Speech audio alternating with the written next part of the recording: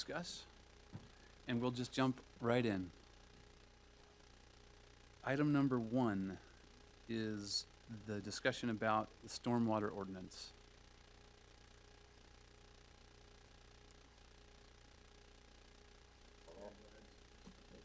Richard Nilsson, Public Works Director, with Glenn Tanner from Public Works also. Commissioners, we had a conversation last week with Commissioner Ainge. We had this on an item on the agenda, I believe 2 weeks ago. I was asked to give you some additional time to look at it. What this ordinance is, it's a brand new ordinance that's come about because of the rules that are in place from EPA through the state regarding stormwater. There's been rules in place for many years. For a lot of those years, the county was under an exemption that was granted through the state because of our population in the unincorporated county. A few years ago, the state said, no, your exemption is no longer valid. You have 650,000 people in the county, and with the proximity to the other municipalities that are required to have permits, they required the county to get permitted as well. And I don't know, it was about 5 years ago, is that how long ago we started this? Sent the paperwork in for a permit through the state for it's called an MS4, and I couldn't tell you what that acronym stands for. That's, anyway, the stormwater system. Can I just ask you a question? Please. You said the state, they gave us notification. How'd that come about? When they took our When they- exemption away, yeah. the exemptions had a time frame attached to them. They would go like a 5-year period, and so when ours was up for renewal, they wouldn't renew it. So we were given, and I couldn't tell you exactly what the notification was, if it was an email or a hard copy letter. I'm sure we can go back and find it, but it was, we were told at that point in time that our exemption was no longer valid, and we had to go through this permitting process. Okay. So it's not written in any code or any statute then? It is, and it talks about, it's based on population and also proximity to other permitted users. So I'll use like say a Mapleton, for instance. If Springville and Spanish Fork are both permittees, Mapleton still is maybe under that threshold for population, but because of their proximity to the other two, they could be required to have it. So the state's kind of looked at it in 2 ways. One, they're saying our population collectively as the county is well over that threshold, and then also because of all of the municipalities that are in the county that are permit holders, that we had to be as well. Okay. So If I understood it, it was that we have a statutory obligation for this, and it was just that we had an exemption. yes, Correct. And so that's the question. So the statutory requirements are pretty clear, Mhm. but because that exemption can be granted or withdrawn, Yep. that's why we're And- kind of subject to and, this. and the change. we had argued at the time that because our unincorporated population is under the 10,000 threshold, that we should still be exempt, but the state did not agree with that at the time. And That's what the language says in the statutory requirement. It has Correct. that under 10,000. yes, That's one And of so the. that's the That- statutory it's that we're one talking of about. one of the yeah, criteria. One of the criteria. The other is the proximity to other permitted agencies. Right. There's That's kind the of state telling us that. It's not necessarily E EPA. I don't know the answer to that. Do you? I would say it would be both, because the state's acting in their behalf. So, yeah, I mean, it's the interpretation from the state. But yeah, they felt like we should, when we actually started going through and requesting the variance like the second time, they didn't feel like we should have got it the first time as they dug into it, because of the other municipalities in the area that were required to be permitted, and we're adjoining them. So that was one of their concerns, and so that was one of the reasons it was withdrawn. Yeah. I mean, so obviously we're adjoining them because if you don't have this, if the city's there, the county's next door, right? Yeah, we And so touch all does of the them. same thing apply even in these rural counties where they maybe only have 1,000, but, 1,000 residents, but they are touching the cities too that have to comply? And to my knowledge, and I could be wrong, but I believe, you got Utah County, Salt Lake County, Davis, Weber, Cache, and Washington County, I believe, are the only counties that have That's all. population centers that meet this threshold for the stormwater rules. I think that the more rural counties are in that exempted category, is my understanding. Counties is second class, basically, then. Basically, yeah, first and second class, so. Yep. So, we can run down through some items here that, what this ordinance addresses, if you'd like, or If there's other questions you have, Well, so let me just, as a preface, because I appreciate, you guys came on 2 weeks ago, and then I asked you, we had a chance to sit down. I will say, just as a notice to others, this is our first time where we're actually having an ordinance change when This we're is a doing this brand-new kind of work ordinance. session. And so, I appreciate the time you take to sit down with me. Part of the reason why we're doing this format is so that you don't have to do that 3 separate times. And so I kind of have what I need. It sounds like the other commissioners, I don't know, I won't speak for them, but it sounds like they are more up to speed on this. I know we've been working on this for a while. But for other future users or people who want to modify an ordinance, I would expect that this is not just a stand up there, this is what we want to do. Are there any questions? But actually use this as an opportunity to explain the changes, explain and we in a can pretty run- full manner. But we can run you've down already through that if done you'd that, like, and I know so. these other two have been working on this. So I don't have any additional questions today. Good. Uh, Thanks. You know, Okay. Glenn, we've worked on this a bunch and Yes. I think, what, 2 years now? And Yes, it's, well, So- and maybe one of the things to note is, we were supposed to have this in place quite a few years ago. 2019 is when that 5-year grace period ended, so we're on borrowed time at this point. no, I appreciate all your work on this, and from my reading through it, we've incorporated all the things we discussed about historically, so. That was the goal, yep. And you will also see a fee schedule come before you. Once this is adopted, there are some fees that are associated with the stormwater permitting that we have to, we'll charge for development and things like that. And so once this is adopted, we'll put forward a fee schedule for you to review and hopefully adopt as well. So. Thank you.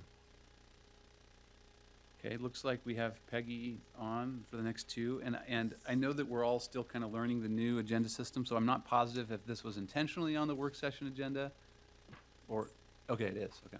Yes, it was. Yeah, I talked with legal and they asked to have it put on here so we could discuss it. I have actually 5 items on the agenda and they're kind of spread out a little bit, so I'm just gonna do a real quick overview of all of them, just so, kind of refresh our memory a little bit. These are agricultural protection areas that have existed now for 20 years. And Utah code and Utah County code and Utah State code requires that in the 20th year, they get a review by the legislative body to determine if we're going to continue them for another 20 years, if we're going to modify them, or if we need to terminate them. So that's what we're here today to do. With each of these, I did submit a staff report that gave history, current status, recommendation. There was pictures and maps along with all of that. You probably would have seen that in all of the backup. And then also I visited every site, and also all of the property owners and any cities that were within their annexation declaration policy, they were set notice of these meetings. So that's for all of them as a quick overview. And then I can go through each one, just a little little information about each one. So the first one on your agenda was, I better pull it out here, sorry. So the corporation of the presiding bishop of the Church of Jesus Christ of Latter-day Saints, and this is the phase 2, the phase 2 ag protection area. It encompassed a little over 42,000 acres. And at the time of the application, the applicant did not specify what type of agricultural protection they were desiring. That's kind of the way the applications looked 20 years ago. Today, we have a little bit more information on them. This area is located in the Alberta area, and it's north of Highway 6 and west of Redwood Road. And it lies in our planned community zone and also our mining and grazing zone. There's 39 parcels in this ag protection area, and this does not fall within a policy declaration, annexation policy declaration, of any city. I did do a site visit. I did confirm that there was some cattle grazing on this property. Most of the land kind of looked fallow to me, but it was good grazing land. I did have contact from a couple of property owners who expressed a desire to stay in the ag protection area. And We also have to look for any complaints that we have had, any written complaints within the last 3 years. And we did not have any of those from the sheriff's office or from environmental health or from our own office. And so staff would recommend continuation of this ag protection area for another 20 years. So any questions? And there also might be members of the public property owners who are here that might wish to speak. They're welcome. I would say any members of the public who want to come speak on this are welcome to, but you can also continue through. Okay, The no others. one here on that one. Okay, my next one then is another one from the corporation, the presiding bishop, the Church of Jesus Christ of Latter-day Saints, and this is the Phase 1 Ag Protection Area. And this one consists of a little over 11,000 acres, and again, they did not specify their type of protection they desired to have. The three are all kind of in the same area, so it's the Alberta area, and this is north of Highway 6, and mainly on the east side of Redwood Road, although it does spread across the west side when you go a little bit north. 71 acres are included with this. When I did my site visit, I did confirm that there was crops in this area. And I did also have contact from Sitla, and Sitla did confirm that they would like to stay in the ag protection. And there were no complaints on this ag protection area either, and so we would recommend continuation for another 20 years. Okay, and those are my two. We can skip to item Okay. 10, I think, is your next one. Okay. The next one is the Stewart Farms Ag Protection Area. It consists of a little over 40 acres. They did request hay and grain, so crops for their ag protection. Consists of 2 parcels, and they do lie within the Spanish Fork City Annexation Policy Declaration. Site visit showed that, in fact, there were crops that they have land prepared for, although I guess they weren't growing right now since it's so cold out, but yeah, they have been. Also, no complaints on this ag protection area, so we would also recommend continuation of this one. I did hear from the son of the Stewarts, and I believe they still would like to have this in ag protection. 12. I'm sorry. I think we're now. Oh, to now go we're to on 12. Okay, sorry. I guess I should have looked at that. Okay, so this one is another one of the Church of Jesus Christ of Latter-day Saints. This is Phase 3 in that same Alberta area. Ag protection was not specified. This one actually lies south of Highway 6 on both sides of that road. I think Redwood Road ends right there, so it's just below that. It is composed of 68 acres. It's in our planned community zone and our A40 zone, our agricultural 40-acre zone. Site inspection did show So that. sorry, you're still on number 12, right? Sometimes Sorry. your numbers have been a little bit different than what we see on the agenda. Like this one has just over 8,000 acres. Yes, this one has just over 8,000 acres. Okay, I thought you just said 68 acres. Oh, it was 68 parcels. Okay. That was probably me. I probably misspoke, sorry. I did visit the site, and there is cattle, feed yards, and crops growing in this area. There was one complaint registered with the sheriff's office in the last 3 years, and that was for loose cattle. And those cattle were directly connected to the LDS Church, at least that's what the report had said. So there was one. And I did not receive any contact from landowners in that area, but where there was only one, it doesn't meet the threshold of 5, and so we would recommend continuing this one also for another 20 years. Okay. Just out of curiosity, what do we do? I mean, this one, they all sound like they've had minimal complaints. This is the first one that had any complaints. Right. Is there any sort of way that we can just check to see if there's been any responsiveness from a property owner in the event that we have complaints? Because, sometimes it's, when you're dealing with smells and things like that, Mhm. it's going to be somewhat unavoidable. In this case, loose cattle, I don't know. Is there any what is your thought about those complaints that came in? Well, obviously, as the complaints come in, if they come into my office, we would investigate those and see if they have merit. And if the property owners are doing everything that they should be doing to keep the cattle contained or for whatever, whatever's going on. We did have complaints, not of this one, but, like mink farms will get complaints, and we will involve health department with those also to see if we can remedy anything right then. When it comes up for review, once it meets that threshold of 5, then the file would automatically be referred back for a full review. So that's takes 120 days and public hearings and lots of meetings and stuff. And so at that point in time, we would do a more thorough review at that. Yeah, thank you. Help? Okay. Okay, so our next one, I'm not sure what number we're on. 15. This is the McMullen-Palmer Agricultural Protection Area. It is a little over 134 acres. Their type of protection was hay and orchards, so again, crops. This is in Southwest Mountain area, so the Santaquin area, so at the south end of West Mountain is where this is set up. It's a residential agricultural zone. There's 8 parcels that lie within this agricultural area, and they are within the Santaquin annexation policy declaration. Site visit did confirm orchards and crops being grown on the property. I did hear back from representatives from both the McMullen and the Palmers, and they do want to stay in this area. And there were no complaints on this one, and so staff would also recommend continuation of this one. Okay, thank you. Okay. I don't have any questions. Anyone?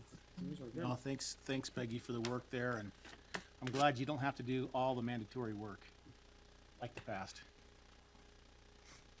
Okay, I think we go to number 4, a presentation from Mental Health at Utah.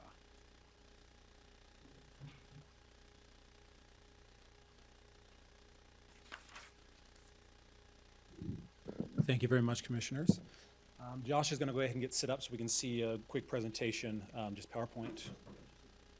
Oh, yes, Stephen Heumann, H-E-U-M-A-N-N. And Josh, what's your last name? Josh Sampson, S-A-M-S-O-N. There we go. Where would I? Sampson, S-A-M-S-O-N. It's a very biblical name. Mine is a very German name. Where would so. I plug in? Assuming one. While Josh is getting that hooked up, I just wanted to introduce us real quick and Mental Healthy. Mental Healthy is a mental health organization. It's a nonprofit that works with companies in order to help with the mental health of just the public. We're not based around looking at when things get really bad and people end up having to, be institutionalized or go through programs. We are about teaching people the skills that they need to deal with their own mental health before things get bad.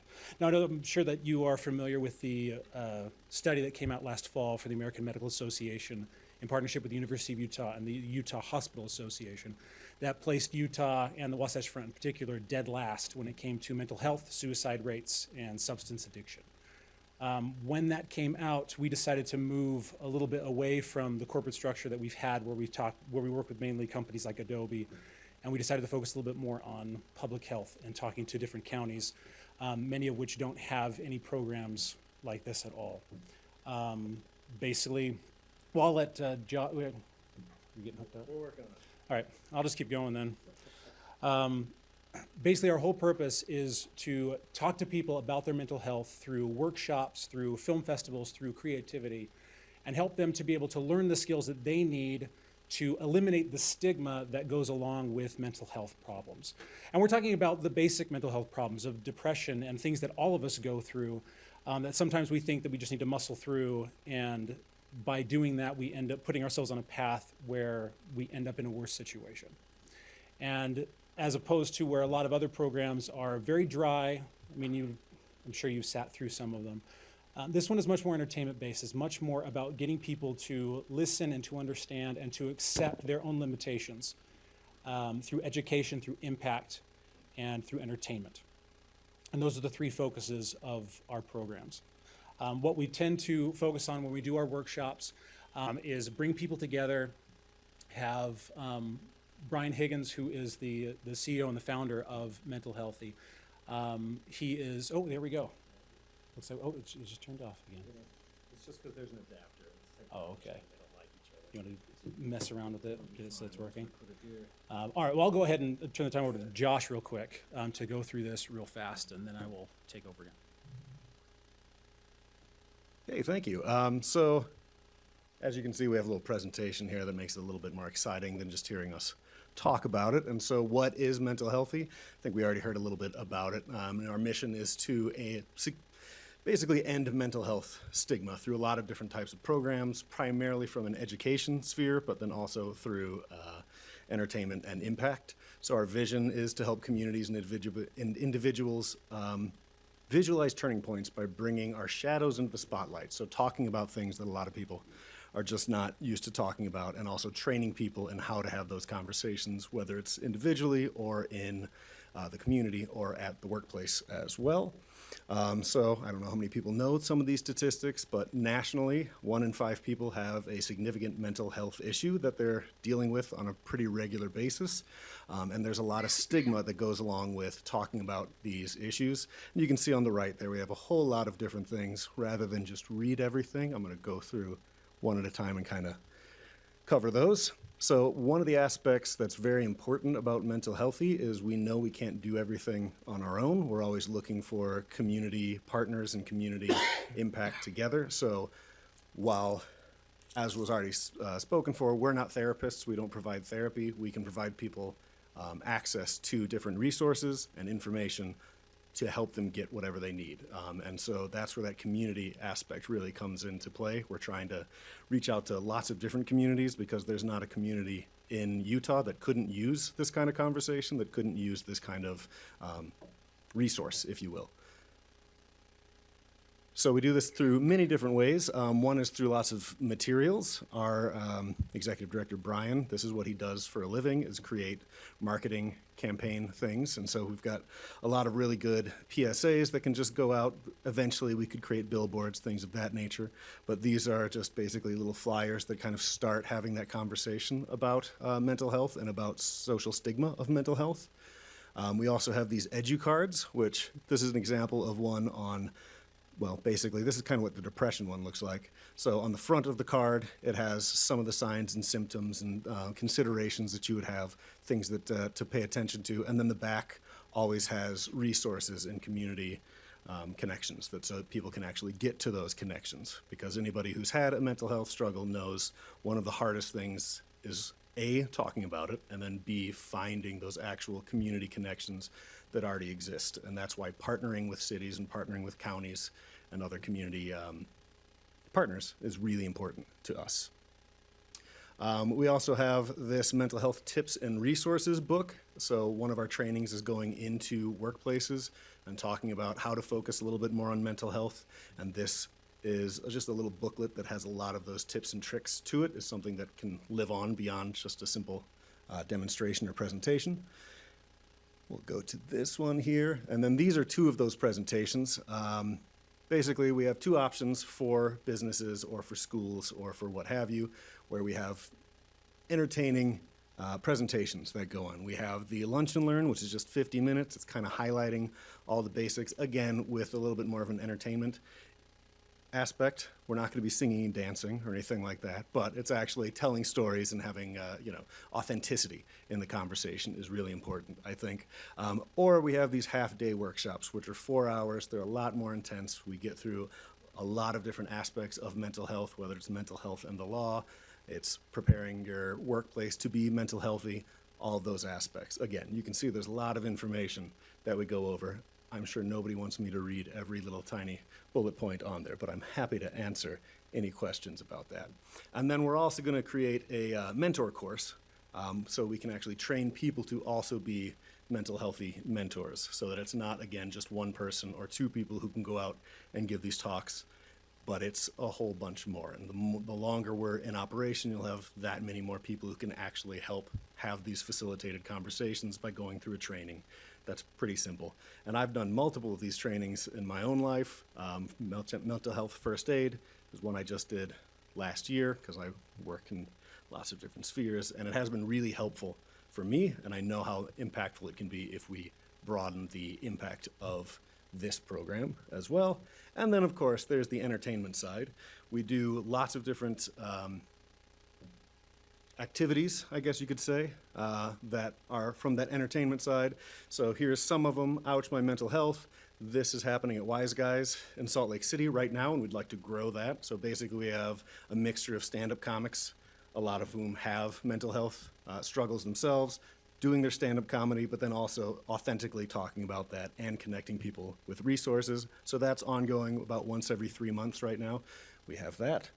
We also have What the Feels film festivals. So again, films that have to do with mental health, and then we'll also have Q&As, not just with the filmmakers, but again, with people who can actually provide some of those resources. So broadening that community of mental health conversations. And then music, and this is an interesting one where we partner local bands who have a song that has to do something with mental health with local filmmakers, and they make a music video and do a live performance. And you can see how some of these more entertaining aspects, it's easier to get people to come see, but then it engages and still has our core message of lifting stigma, talking about mental health issues, and getting people towards those resources. And then impact. We have a lot of ways of measuring impact, and we're always looking for more tools. And then also these resources. We've already talked about some of the print materials and things of that nature that will continue the impact beyond just our presentations themselves. Just some more looks closer up at some of these PSA type, really basic, starting to have the conversation things that we could put all over the place. And then that's Brian's information. He is our founder. I am the technical director, so I'm the one talking to you guys today. Does anybody have any questions for me? I got a question for you. Yes. How long have you been doing this? How long have we been doing specifically Yeah. Mental Healthy Utah? So Mental Healthy is the newest incarnation of what was called Create Real Change before. And Create Real Change really focused primarily on those entertainment aspects. So that's the part where we have a much longer history. I believe the first one was about 5 years ago, was when he really started doing this coupling entertainment with mental health. And then we've slowly been moving more and more towards the educational sphere. So this year is when we're really kind of changing that focus to primarily be educational. And that's why Brian has brought me on board, because I've been an educator for over a decade. I've worked with lots of marginalized communities. And so I'm helping him take the entertainment aspects of it and then really kind of form that into an educational aspect, because that will be, we think, a better way to create community impact than just having the entertainment part. So entertainment used to be the number one, and now it's shifted down. Yeah. So We're the board for Wasatch Mental Health, and with a presentation like this, I always look at this and I'm not sure what you would want us to do with this. That's always the always the that would be question. his question. We've tag teamed this. Yeah. There we go. So what we're looking at doing and partnering with different counties is being able to, we have basically two-pronged approach. We can either focus first on county employees and making so that they're able to be mentors and they're able to go through these programs on a county level in order to then disseminate. And we can also do it on a public level where we have the film festivals, where we have different businesses come in, and we can use you as an umbrella to say, okay, here we are. We're wanting to have the public be able to be brought in and learn these skills, not just the people who, are suicidal, but everybody, so that they can have the skills that they need.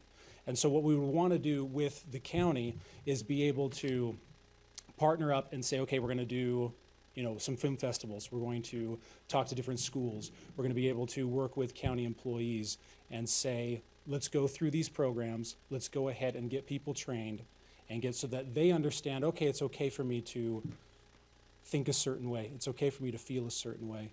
It's okay for me to take a mental health day. And they'll understand the impacts of all of that.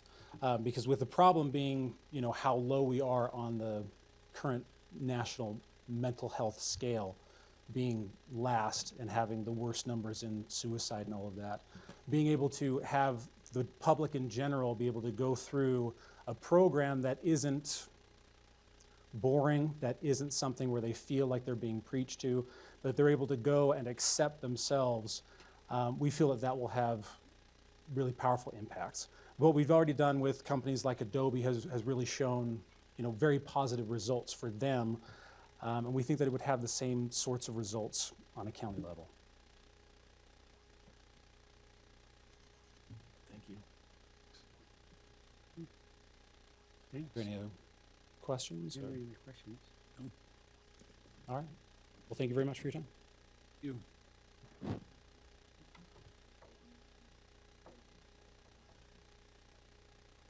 You want us to do those one by one? First of all, we don't approve in the work session. So, at the end, we will clarify what everything should do. Okay, item number 5. Gary.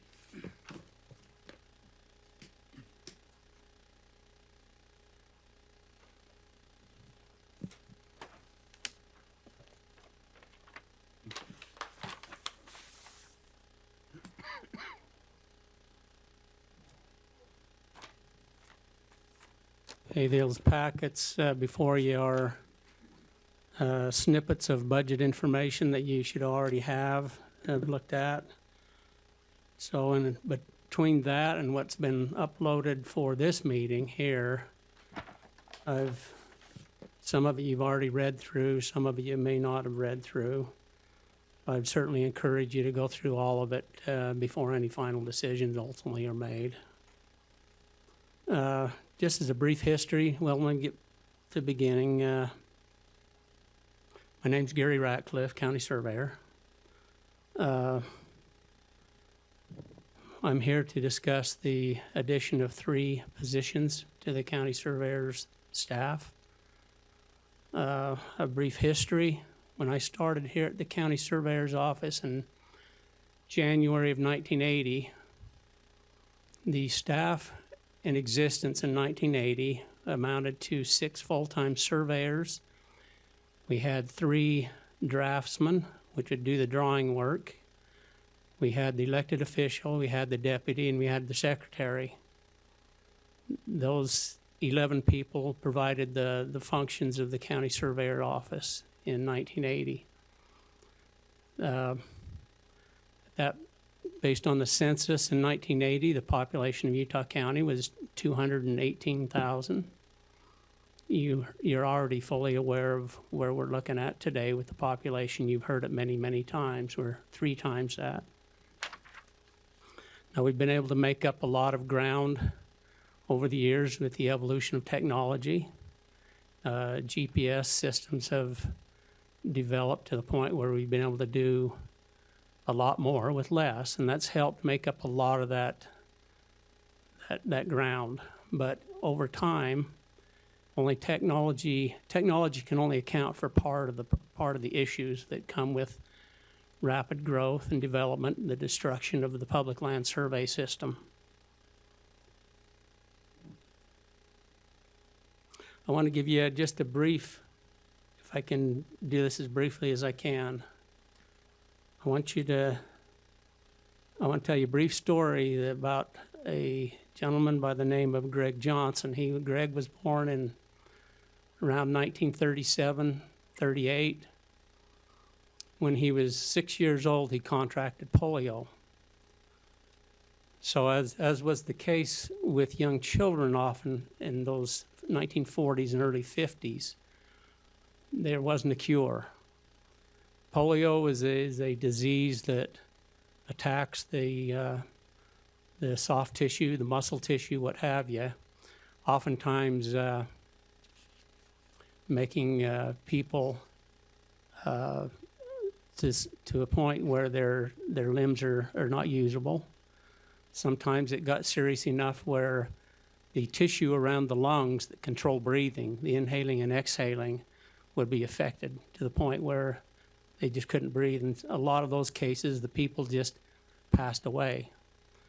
A solution was to that back in the 1940s was to go back east. There were some special hospitals back there, and they'd put them in these big long machines that they resembled much like an MRI machine would be today in a modern facility, Only these machines, they call them iron lungs. Maybe you've heard of them. They would help them. They would have a bunch of accordion type devices inside those machines that would, or bellows, I should say, that would help people breathe. So this Greg Johnson, who was my father-in-law, I want to get to the analogy here in a minute. He, from the age of 6, clear through adulthood, he learned how to live the life of a paraplegic, either on crutches or a wheelchair. In 1961, a gentleman by the name of Albert Sabin created a vaccine. Now, he wasn't the first creator of a vaccine, but he was the creator of a vaccine that was easily distributed. Prior to that, everybody had to be inoculated. I remember as a young child in the 1960s going to school and not knowing the reasons why. I was administered for 2 or 3 years in a row a little sugar cube that was full of the vaccine for a live vaccine for polio. And I'm sure at that time, parents didn't have to sign permission slips for their child to have one of these sugar cube tablets. I think, unfortunately, sometimes we get to the point in government we pander to the whims of the public. I know we need to listen to them, but we pander too much. We don't pay attention to the things that really are important in society. This father-in-law of mine, he's now passed. But the analogy I want to make with the polio vaccine, it took him generations of time to figure out what was causing the disease. It took him more generations of time to figure out a cure. And it took him even more time to eradicate the disease from the world. I think it's supposed to be eradicated entirely, but it wouldn't at all surprise me if there weren't little pockets of it in some remote village somewhere of polio that existed. But the question I've got for you is, what would happen if in society, if we stopped the immunization of children from any disease? How many years, how many generations, how long would it take until we were back to square one or to a point where we realized it was a huge problem? Now, I'm not going to pretend that what I do as a county surveyor is anywhere near the importance of what I'm discussing with polio or any other type of disease. But what we offer here is a different type of vaccine that helps protect property ownership. This vaccine has been administered now heavily since in the 1940s. There have been 3 county surveyors, 2 predecessors and myself, that since, and I wasn't alive obviously in the 1940s, but I have the records from the 1940s and 50s and 60s and 70s. And I know what was done, what was accomplished, and why they did what they did. We've taken all that information, and over time we've developed strategies, we've developed policies and procedures on how we did things to make sure we were effective and efficient, knowing that we live in a county that's undoubtedly, in my mind, the most conservative county in the country. And knowing we'd have to do things as efficiently as we could. It's gotten to the point where, with the growth, particularly in the north end, that we're losing monuments. Now, the key point to this is, unless we get to the monuments before they're removed, then I'm to a point where when I go back in to put them back in the ground, I have to rely on old historic information and hope that it's sufficient enough that I can precisely put that monument back in. If I'm a little bit off, can that make a difference? You know, in property areas where you're talking commercial land or extremely valuable land, it can make a big difference. The problem is I'm not going to know whether my data's any good or not, because I don't have anything to go back in time and say, yeah, that historic data is spot on, or no, it's not. So the whole point is going in ahead of the project, ahead of the damage, to reference the markers and to do that, so when those development projects are over, we can go in and reestablish those monuments very precisely with a convincing idea in our minds that we're doing the right thing, putting them right back in the right place. Let me give you an example. Up in the Sundance area, where property is $1 billion a square inch, and I'm probably not exaggerating too much, okay? There's one monument up there, one monument that basically controls every land parcel up there. One. And a number of years ago, I got contacted by a private surveyor, and he says, your monument up there is migrating. I said, what are you talking about? He said, well, it's leaning pretty good, and I'm trying to connect with other surveys that have been done years before the one I'm trying to do now, and I'm getting some discrepancies. So we went in there, we spent half a summer in there with one survey crew trying to resolve the issue, going back through old historic records, trying to figure out where that monument was originally placed back in 1923. I think maybe it was the 1930s, but anyway, when it was first placed there, before Redford developed, before Stewart, even before Redford developed, or around about the same time, because Stewart's were the original developers in there. And I really haven't resolved it yet. So that's just one example of trying to protect the boundaries, the original boundaries of land claimants. So that's, in essence, why I need these positions. I'm not keeping up with what I need to keep up with. I've asked for 3 positions, a 2-person survey crew that I would put up, and then particularly up in the north end of the county, with an additional crew that's already there. It would allow my deputy and I to be more proactive with the education side of this. We've already initially started that with cities and with state agencies. It helps us to be more proactive in that effort, because it's a continually ongoing effort. It's each one of you gentlemen come into office, I try to drag you off on some expedition with me, or come over and sit and listen to me. I had Bill out in a van one day out in the desert. So I tried to educate as those things happen. You even brought me back. What's that? You even brought me back. Yes, I did. I about didn't. Yes, I Because know. you're counting on him for this vote, right? But, so it's a continual effort with our cities, with the state agencies, and that'll continually evolve. With the deputy, not the deputy, excuse me, with the field supervisor position, that's a licensed position. That position's responsibilities will have total responsibility over the field crews from start to finish.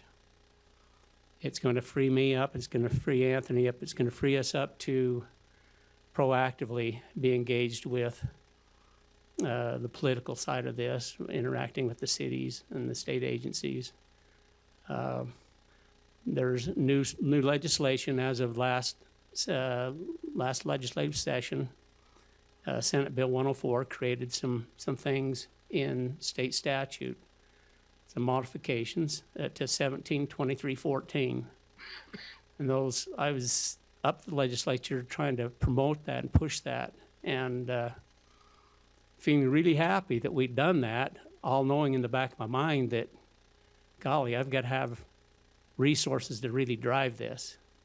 Because it's not one of those things which becomes just a black and white state law. It's the education side of it. It's the enforcement of it.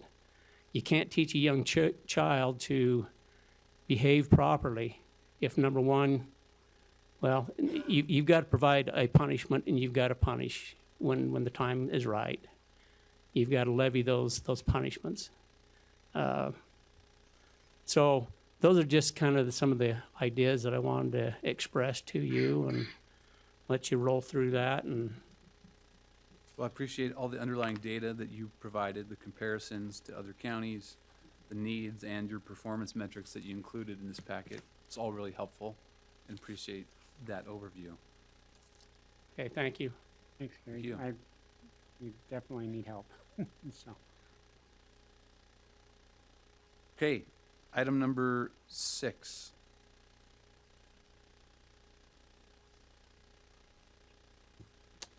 Good afternoon. Todd Brightwell. I provided some documentation I trust that you have. I'd like to just review this quickly. Sorry, I don't believe there wasn't any No. applied to the agenda system. Okay. If I may, and I'll review this in summary, and I guess we can then go through it.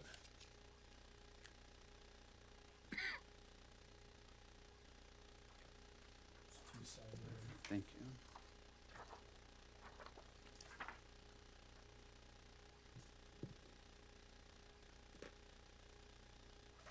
So we have worked hard to provide as a contractor to the county, to provide good value to the county and provide support on economic development initiatives.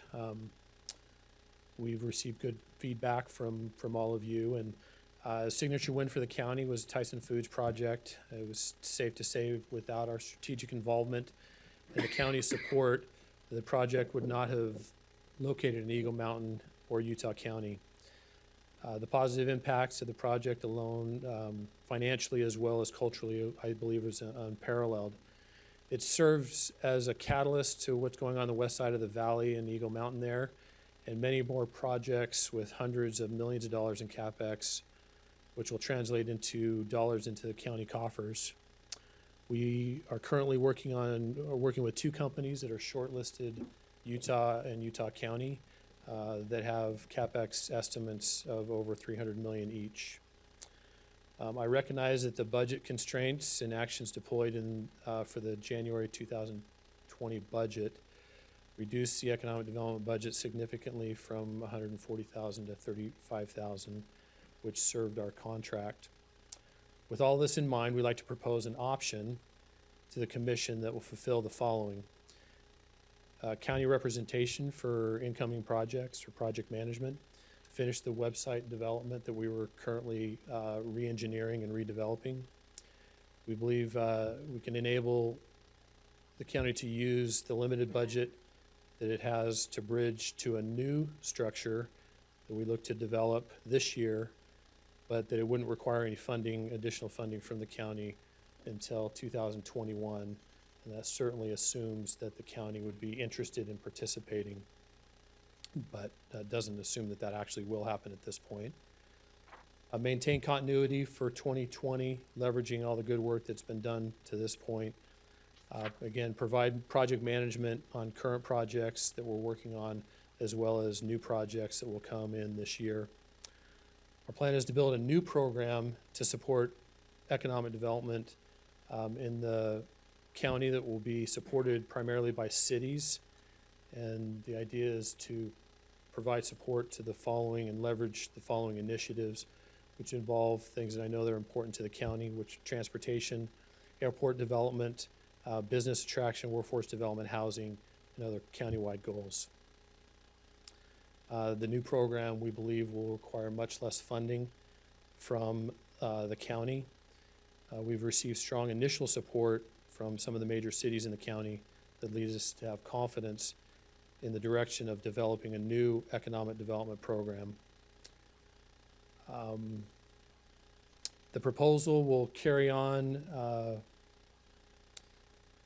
our proposal is to carry on economic development responsibilities for the county with the remaining budget that's currently in there for 2020. This will allow us to stretch, again, as I said, through to the opportunity to build a new program, and then ideally present that to the county commission to see if they would like to participate. So that's a general overview of what you see in front of you. I'd be happy to answer any questions. I'll just be pretty blunt. In our budget meeting, we cut this. I view it as not essential as we deal with our budget challenges. I am not supportive of doing this. And so I will not be supporting, or I don't really even want to entertain any future economic development contract with Advisors Consulting Services. What kind of dollar figures are you thinking for 2021? Because obviously, having gone through the truth and taxation process now, established a budget, as we're looking at potential future increases, that would be a huge impact. So, I mean, are you thinking we would have some type of a new agreement that would be similar in cost to what we used to have? Are you thinking it's going to stay at the $35,000 model from the county's participation that we had budget built into this year? What are we talking about in terms of long-term financial commitment? I would anticipate, not knowing that exact figure, that it would be somewhere in the neighborhood of what we're proposing for this year, based on the additional funding that would come in from other multiple sources. I believe that in the process of developing the new entity, which would be a separate entity and an individual entity, if the county was interested in participating, some of those questions would be asked and worked on during the development of the creation of the new entity. But based on what we've generally worked on to this point with some of the cities, we believe that it would be in the neighborhood of currently what we're asking for now. Okay. Does that answer your question? Yep. Thanks. And that answers that. You know, because that's, as we've talked previously, my biggest concern is, you know, the budget. And Of course. and I agree with Tanner on this one, that the great challenge with this one is I just don't see it as a mandated or essential service. And so trying to justify that to the taxpayer after we've raised taxes is a little difficult. Well, and in some ways it's even worse because it's an unnecessary service that we're asking the taxpayer to fund that also then gives additional tax breaks, potentially. So, Relative to unnecessary in terms of new capital investment that comes into the county actually represents revenue. yeah, well, and then there's another part of this, which is that I think the county is probably can do just fine, you know, with our civil department looking at these as they come in.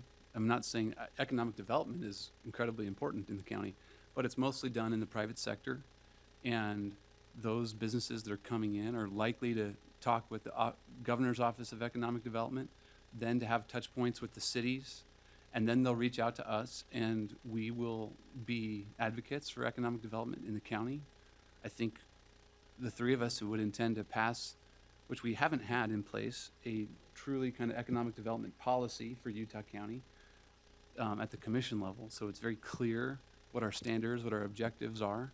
And I think our county's thriving, so the opportunities are going to come to us, and we will be able to negotiate and manage those opportunities as they come in. I think those are points well taken. I think that the challenges probably come relative to projects that don't come in through the avenues that you're talking about when they come in directly to the county itself, many of which that we've fielded and that we've managed. Those would be left to potentially nobody, therefore not getting the attention that they need, and therefore be able to provide opportunity for the county. So Todd, I've got a little different perspective. In looking at this, I've watched over the years, even cities who decided that economic development wasn't necessarily something that they were going to pursue, and they just was hoping that it would just naturally come. It didn't, for the most part. Some of those cities that didn't engage in the process now find themselves behind the curve in a lot of ways, trying to play catch up. And so part of my fear in this is that we have some place to land, and I know one thing, that you miss every ball you don't swing at, and if you don't have somebody standing up there looking out for it, you're gonna miss all the balls. And so it's a complicated game. It's no longer that we're competing necessarily with our neighbor counties, or the cities are competing with their neighbor cities. We're competing on a national and even a global markets, in which the game is a lot different. And I have always thought that economic development, although I agree with a lot of the things that were said when it comes to some of the tax increment financing, And some of those things, I voted against some of those as well in the past, and voted for some of those that made sense, for me, in the past as well. But, I look at the workloads that we have as commissioners, and I don't have the expertise to be out there, beating that drum. And so if we don't have somebody there looking out for that one way or the other, to let it go on to the civil department, I don't think that they would even want that. Well, to be clear, I'm not saying anyone's going to be beating any drum. That just happens. Utah County is thriving. Businesses don't come here just because of, they come here because they want access to our workforce, that this is a great place to be. It's a business-friendly place. We have some of the lowest tax rates of any county. There's a lot of reasons why they want to be here. Right It's now. not because we have an economic development advisor that like 1% of them have ever talked to. And when I'm saying that the civil department can do, I'm saying once there is an opportunity for tax increment financing, we manage that. I mean, the reality is even when we have a consultant, we end up still negotiating a lot of those. And in some cases, it still feels like the cities, and we're getting, even though we have a consultant, we're getting pressure to just take the same deal that cities and school districts have done. And so for me, that's what I'm saying we can do just fine in managing on our own. Yeah, that's on us. That's on us if we bow to that or not. I still think that there needs to be some place to land. I remember a time when I first came down here, and the biggest employers, and they're still some of the biggest employers. It was Geneva Steel, the hospital, BYU, and the Alpine School District. And we've diversified a lot. We've seen that diversification.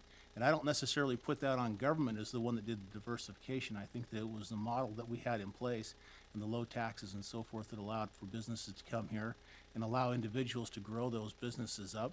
But there's got to be a place for somebody like Tyson Foods, to come on the scene and reach out to and coordinate with, because I do see that without your organization there, they wouldn't have been here.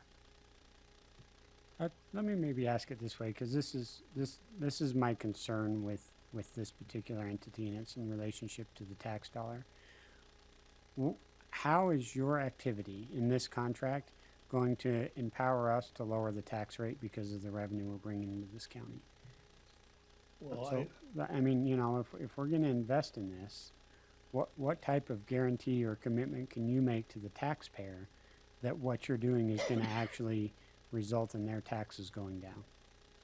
I appreciate the question, and I appreciate the word that you use, investment. I think when economic development is treated like an expense, then it does create something that's hard to correlate to the taxpayer and what their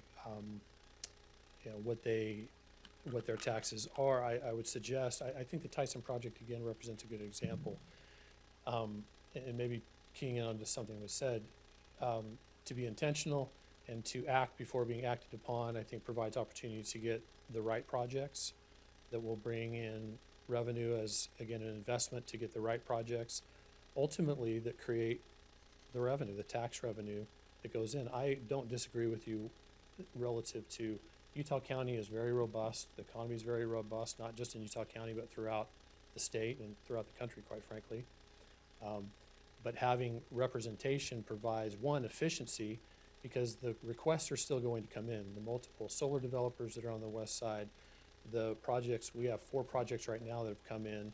They're requiring information. They want to understand what the opportunities are for them to land here, but they're also looking in Salt Lake County, Davis, and Weaver.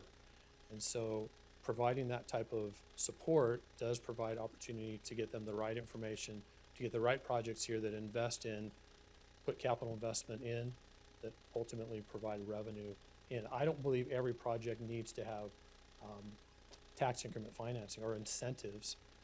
Again, I'll represent or reference the second project that we're working on after the Tyson project is one where it was represented very clearly to them on the front end that there will not be county incentives for this project.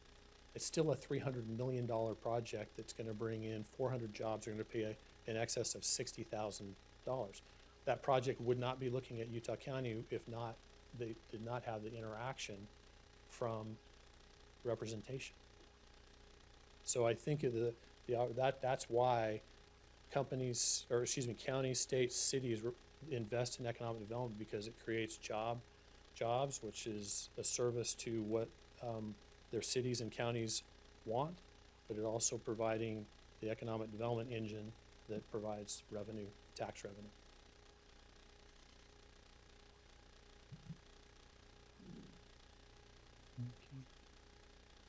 I didn't have anything else, is there? Just that it's a relatively small amount relative to, I think what the value is, and I would suggest that also, and I think there's some things that I think were left in the budget relative to potential residual. I know there's something was put forward to terminate the contract as of December 31st, yet that was based on if there was no monies in the economic development budget. So we're willing to stretch that out through 2020. We think that's an excellent value for the county and what they would get in return. Thank you for the time. Thanks, Todd. Thank you.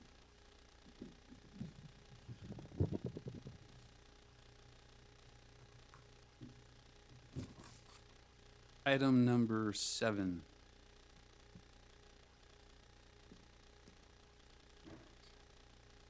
Good afternoon. I'm Sean Radmullen with Utah County Sheriff's Office. And I was instructed when we were putting these agreements together to put these on as a work session item. I'm not entirely sure that's accurate. So I apologize if this should have been more of a regular agenda items. Yeah, I mean, I'll just give you, I don't necessarily feel like this needed to be on the work session, but I'm happy to address everything that you have on here today. Okay. But for future, a contract like this may not, you could just go straight to regular. Straight through. Yep. So I don't really have a I'd lot. feel These are the the same. same contracts we've done for the last 20-plus years. The first Yep. one on item number 7 is just the use agreement for the Deputies Association in the county to use the facility for our monthly steering committee meetings. Do we have any issue with this, Dave? This is the same agreement, it's always been in place? Okay. Great. Yeah, I think Court Griffin's the one that put it together, so it's the same one. And then we're good with that. The second one, item number 8. Is that right? Again, same thing, same contract we've been doing for the past 24 years. It's the agreement with the county and the Deputy Association to facilitate the training. annual SWAT school, K-9 schools, sniper schools, and just kind of handle the registration portions and stuff of it for us. Okay. And that's budget neutral or even budget positive for Yeah. the county? Yeah. Is that right? Okay, thank you. Thanks. Appreciate it. I've got the signed agreements from the Deputy Association president. Do you guys want those? The original ones? Give them over here.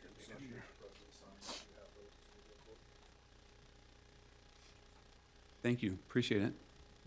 Those are your final items? There's no other sheriff department items on here? Is that right? Oh, okay.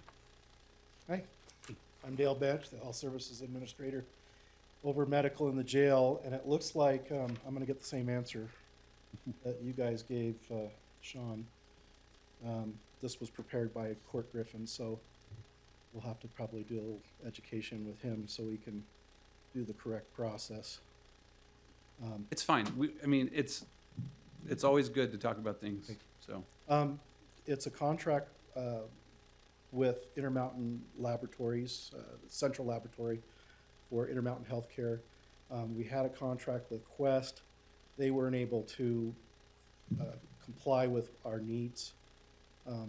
So we decided to go back out and look at we did a RFP for lab services before we picked Quest, and Intermountain was in second place, and so we explored what they would be able to charge us, and we actually calculated a little bit of a savings with Intermountain.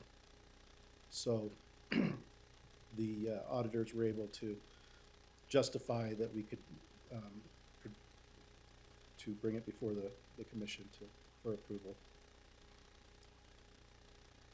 Janine, do we have any budget issues with this? No budget issues. This has been an expense. Obviously, the thing that can't be controlled is how often the services have to be utilized, but this would just come from the jail medical account, so. Thank you, appreciate it. Thank you. I guess we can't just arrest healthy people, right?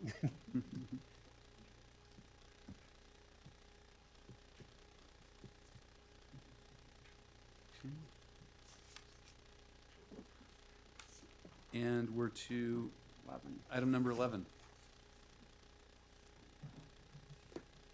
Good afternoon, Commissioners.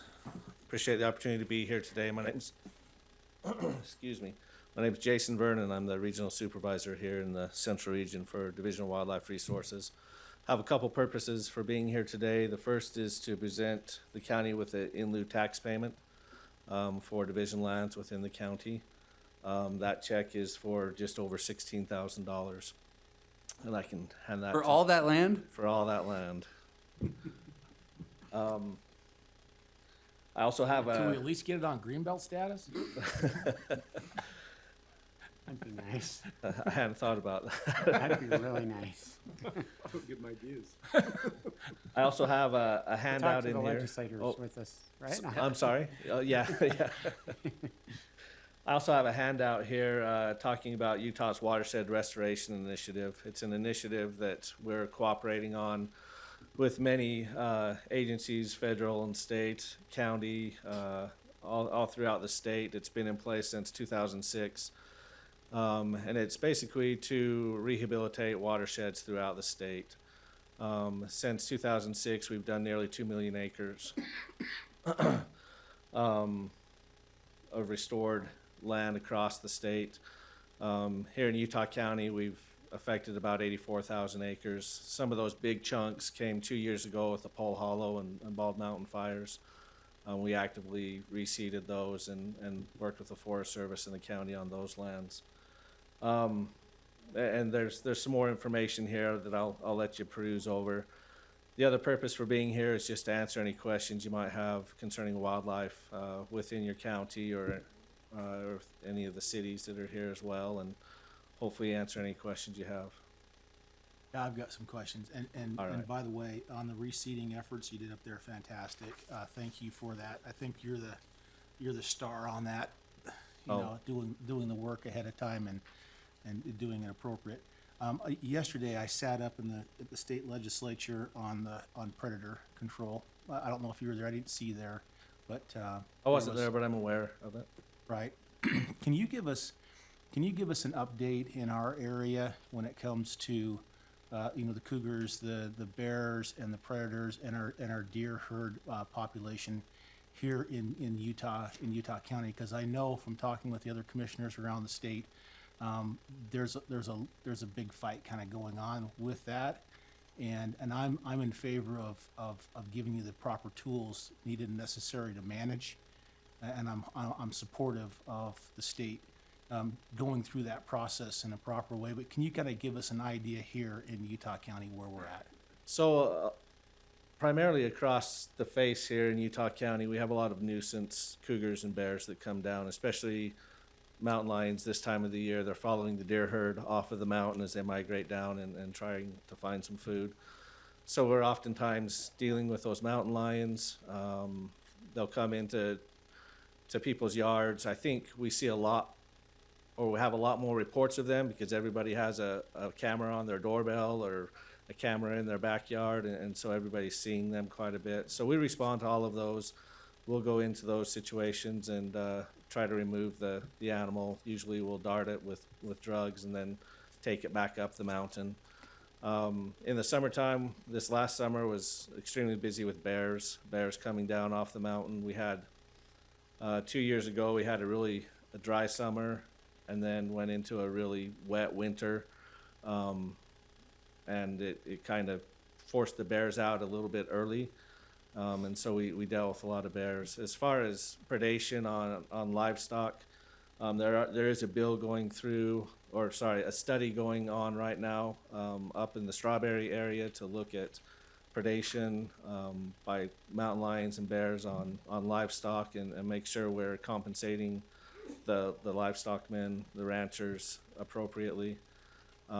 We do have, it seems like, some support in the legislature to, as you probably saw yesterday, to give our director the ability to go and make decisions based on what we're seeing with our deer herds and predation on those deer herds.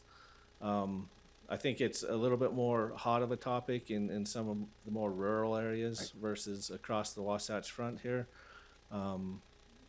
but we do deal with the nuisance quite a bit and try to remove those animals. They don't need to be here in the valley with your residents, so we'll move them out of here. So our deer herds in this area, how are they generally? Are they They're- average, below average, above? They're What? below population objective right now.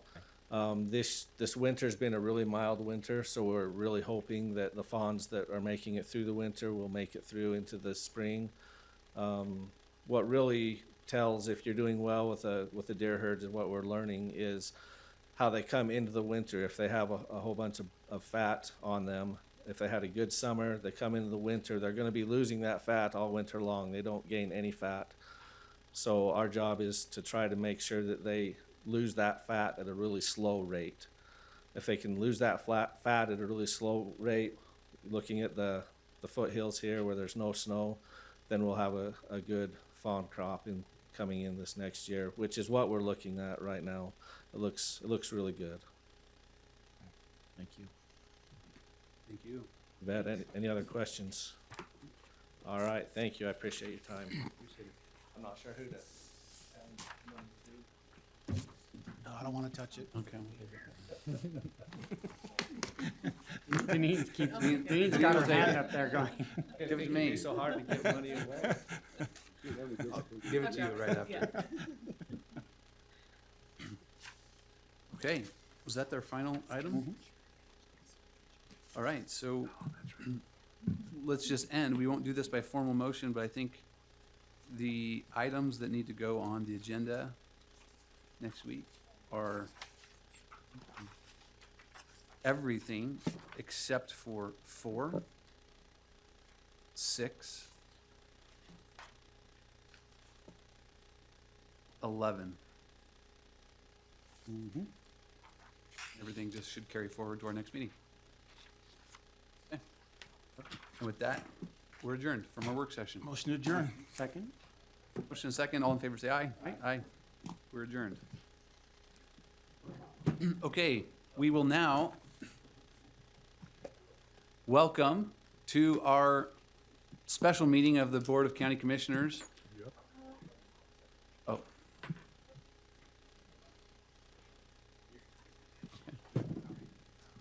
Welcome to our special meeting of the Board of County Commissioners related to the change in the form of government. We have one item on our agenda, which is a public hearing.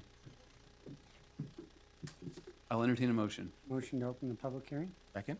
We have a motion and second to open the public hearing. All in favor say aye. Aye. Do we have any public comment related to the change in form of government? Going once, going twice. Okay, Motion to close the public hearing? Second? we have a motion and a second to close the public hearing. All in favor say aye. Aye. Aye. That passes 3-0. Final motion. Motion to adjourn. Second. Motion and a second to adjourn. All in favor say aye. Aye. That passes 3-0. We are now adjourned.